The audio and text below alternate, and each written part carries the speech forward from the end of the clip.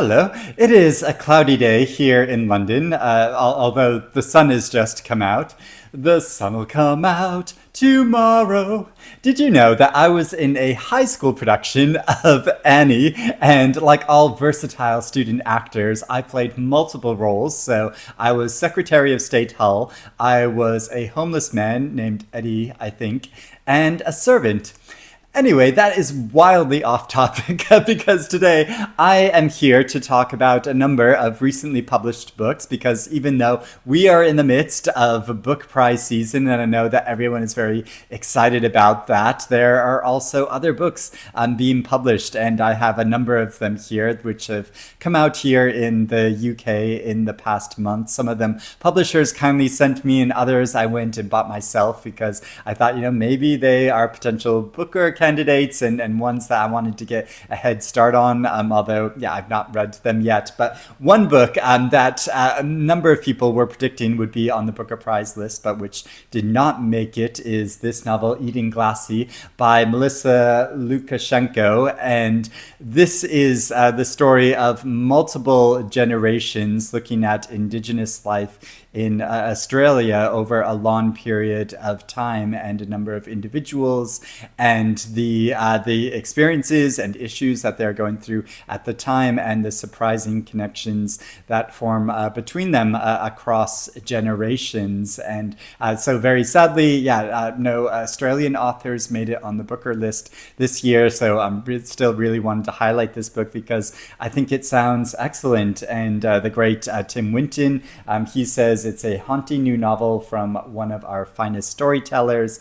And the author, Kellen Hughes, who wrote the novel The Alternatives, she says of this book that Lucashenko is a force of nature, a singular, powerful, and unforgettable voice. Edenglassie is a smart, earnest, timely, timeless, funny, devastating epic that conveys more of Australia's history than you'll find in any other one book. And I think that is high praise indeed, and I'm still very interested in reading this. Another recently published novel, which may be a potential candidate for next year's International Booker Prize, is the novel Chilco by Chilean Indigenous writer Daniela Catrileo. And this novel follows a couple as they experience the encroaching effects of colonialism, and how they try to escape from this by retreating to and living on an island, but then encountering new and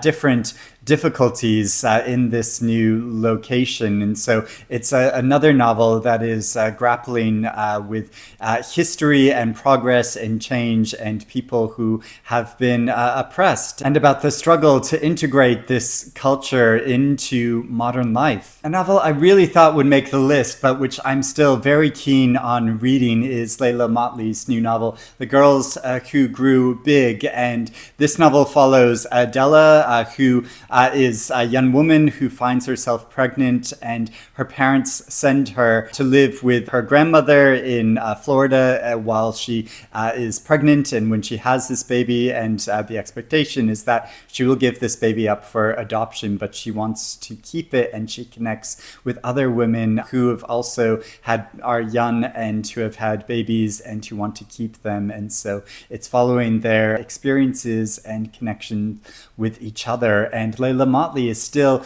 the youngest ever author to have been nominated for the Booker Prize. There's a debut novel called The Other Wife by Jackie Thomas Kennedy, and this story follows a woman named Susan, or also nicknamed Zuzu, which I love the name Zuzu because it just makes me think of the film It's a Wonderful Life. And this story follows her as she has established what she thinks is everything she wants in her life. She has a successful partner and a settled home life and a successful job, but she starts questioning her choices and thinking back to different points in her life when she could have made different decisions, and considering these other options, all the paths that are not taken, and how her life might have changed or differed because of these different choices. And I think, and she's, I think, around in her 40s in this, which is kind of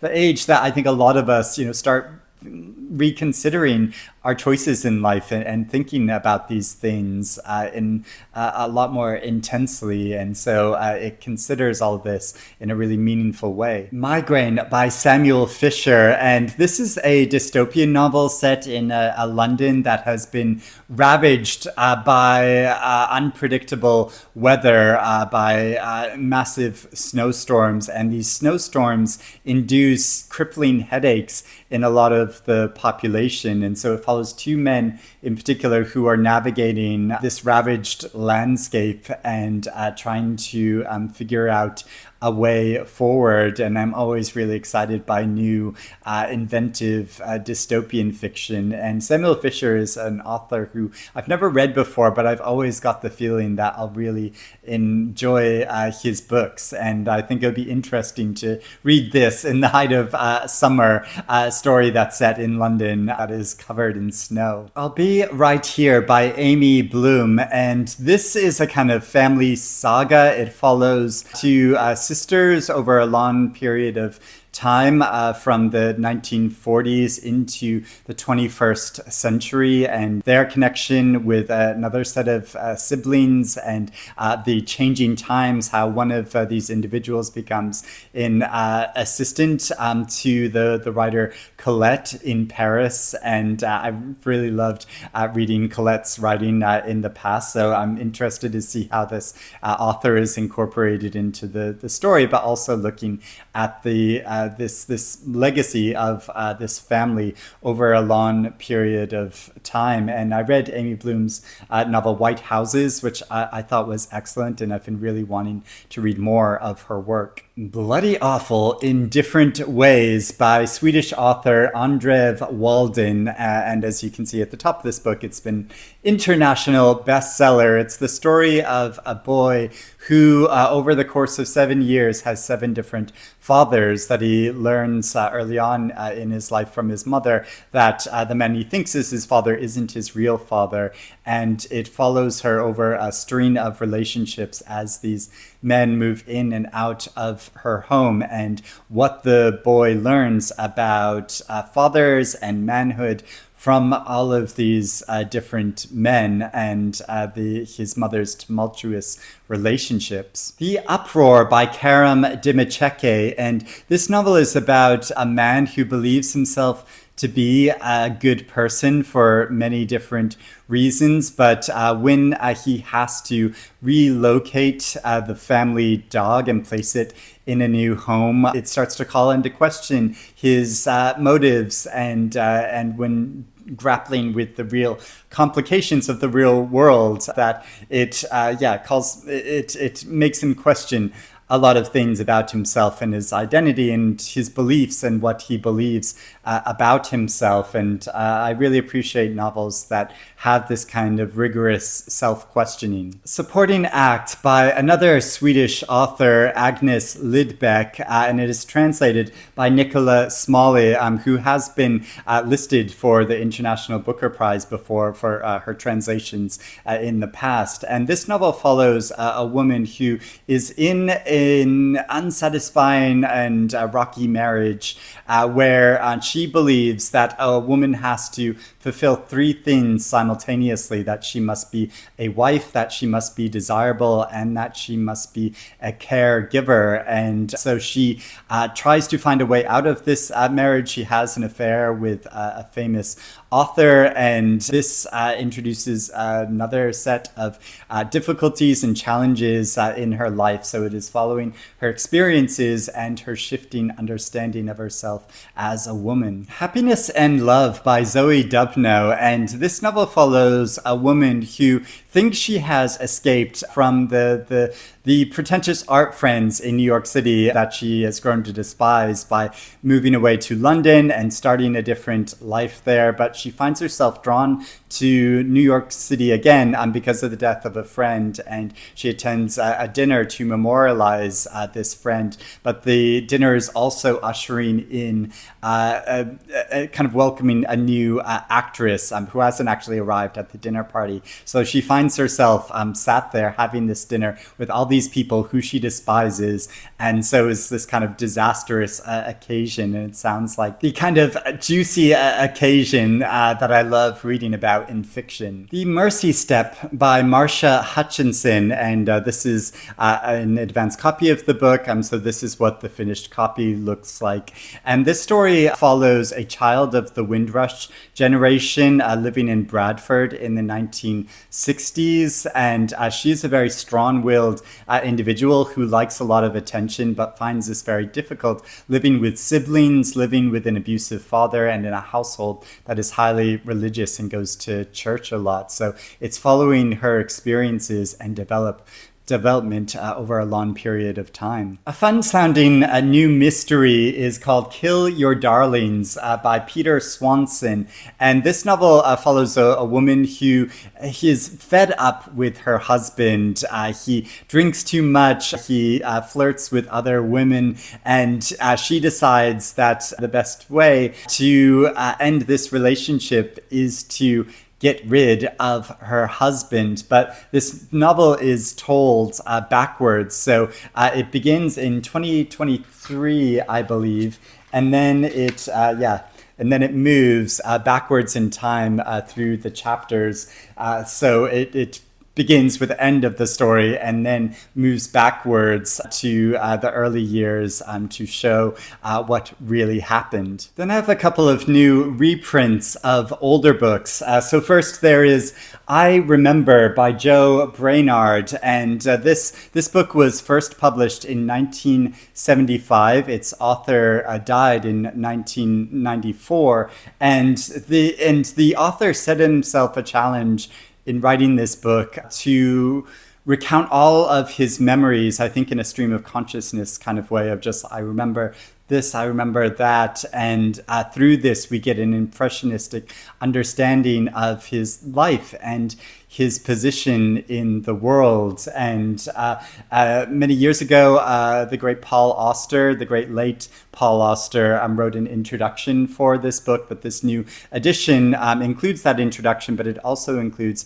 a new introduction by Olivia Lane. The Ha-Ha by Jennifer Dawson, and this novel was first published in 1961, and this new edition comes within a foreword by Daisy Johnson, a novelist Daisy Johnson, and the story follows a young woman who is a student at Oxford, and she finds herself having a mental breakdown where all of the other students and people at the college, she envisions them as giant armadillos, and this sends her into fits of hysterics, and so she is taken to a mental hospital, and there she tries to find a way to leave there and restart her life. I also have a group of new short story collections, and so starting off with Chinatown by a great South Korean author Oh Jung-hee, and these are stories collected from a number of decades that consider identity, that consider periods of social change and transformation. And I've never read this author before, but this slender collection of her stories has just come out and includes some newly translated work. All the Lights by Clemens Meyer, and this is a reprint of this East German author's short story collection, and I'd really like to sample some of his work in this way, because you may know Clemens Meyer has been listed for the International Booker Prize multiple times before, but his novels are quite large and chunky, and so I find a good way into whether I will get on with an author's work or not is to try reading some of their short stories before committing to these longer books. So I want to do that with this collection. Then there's a collection with a great cover called Autocorrect by Israeli author Etgar Keret, and these stories are, some of them are kind of sci-fi, some of them are more thought experiments, but present different ways of thinking about and conceiving the world. And author George Saunders is a fan of this author, and he says, "I'm very happy that Etgar and his work are in the world, making things better." And there is the collection Oddbody by debut Irish author Rose Keating. And these are 10 stories which consider an individual's relationship to their body in different ways. So in one story, a waitress gives birth to an egg during her shift. And in another story, a doctor assigns a cleanse to a man to cleanse his body and mind and soul. And I really like fiction that grapples with this, connection we feel with or the tension that there is between what we consider our kind of essential selves and inner life and this body, this physical body that we all inhabit. There's also the new edition of Granta magazine, which I always really enjoy perusing through, as it includes new short stories and novel extracts and essays and poetry and photography. And this new edition includes work by Paul Muldoon and Annie Ernaux, and also some poetry. So I want to begin just reading the very beginning of a poem by Frederick Seidel called The Desert Song, which is considering the current political climate in America and also literary heritage. And so this poem begins, Hart Crane and Frank O'Hara are hitting on Donald Trump. Not that they think he's one of them. The poets strut and kick their heels up like in a chorus line, like it was Fire Island, arms over each other's shoulders. And I love how that begins, and it's a really interesting new poem. Speaking of poetry, there is a new edition of Ariel by Sylvia Plath, and this collection was first published 60 years ago, and this collection includes a new introduction by contemporary poet Emily Berry, whose poetry I love, and Sylvia Plath. I mean, the impact and influence of her work can't be measured, really. And it's been quite a long time since I've read any of her poetry, so I'll be really eager to revisit some of her work. The Parallel Path by Jen Ashworth, and this is a memoir where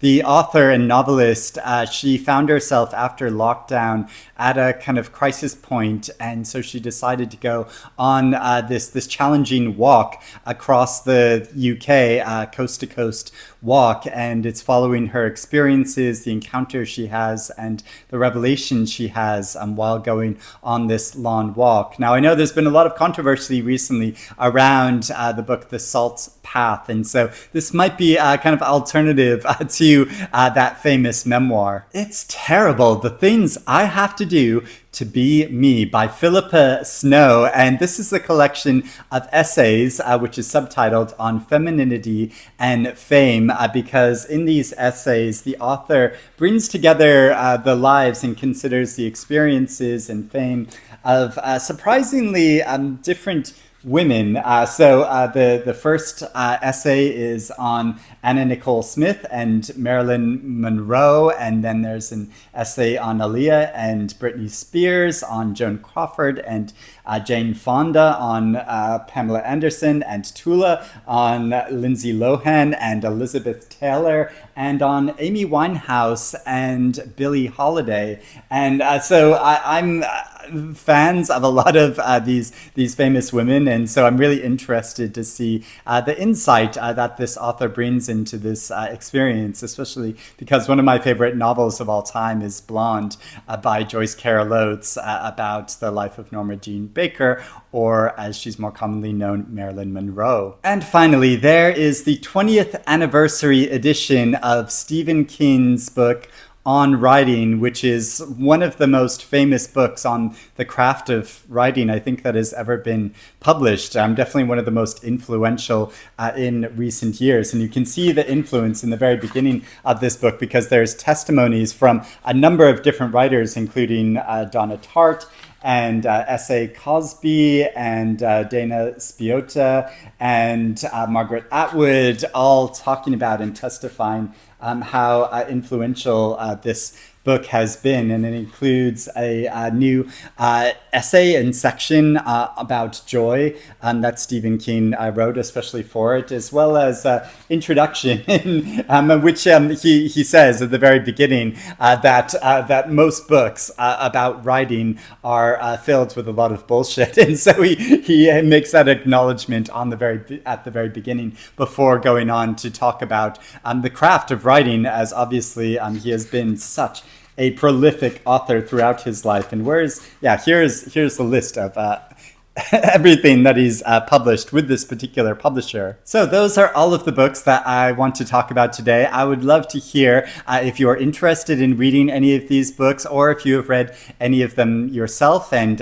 you want to recommend any of them to me, to prioritize reading some of them sooner rather than others, and maybe over some of the current book prize nominated books. I would love to hear about that in the comments below. But I hope you're doing well and it's sunny wherever you are, and I will speak to you again soon. Bye-bye.